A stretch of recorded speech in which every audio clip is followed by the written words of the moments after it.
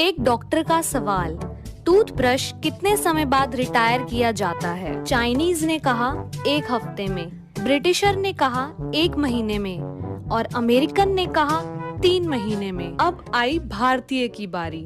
भारतीय ने बोला, डॉक्टर साहब, इंडिया में तो टूथब्रश कभी रिटायर ही नहीं होता। डॉक्टर बोला, वो कैसे?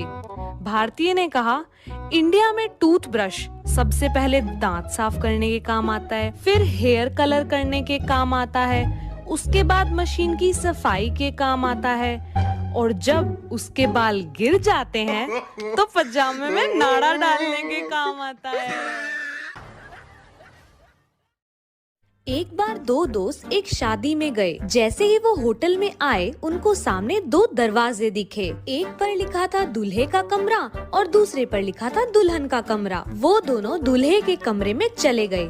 अंदर जाने के बाद वहाँ उन्हें 2 और दरवाजे दिखाई दिए। एक पर लिखा था दूल्हे के मेहमान और दूसरे पर लिखा था दुल्हन के मेहमान। तो वो दोनों दूल्हे के मेहमान लिखे कमरे में चले गए। वहाँ अंदर जाने के बाद उन्हें 2 और दरवाजे दिखाई दिए। एक पर लिखा था तोहफे के साथ और दूसरे पे लिखा था बिना तोहफे के। क्योंकि वो दोनों कोई तोहफा नहीं लाए थे, इसलिए बिना तोहफे वाले कमरे में चले गए और अंदर जाने के बाद अगले ही कदम पे दोनों होटल के बाहर निकल गए। तो दोस्तों, अगर शादी में बिना तोहफे के जाओगे तो आने वाले टाइम में यही हाल होगा। एक कमरे में 5 दोस्त रहते थे।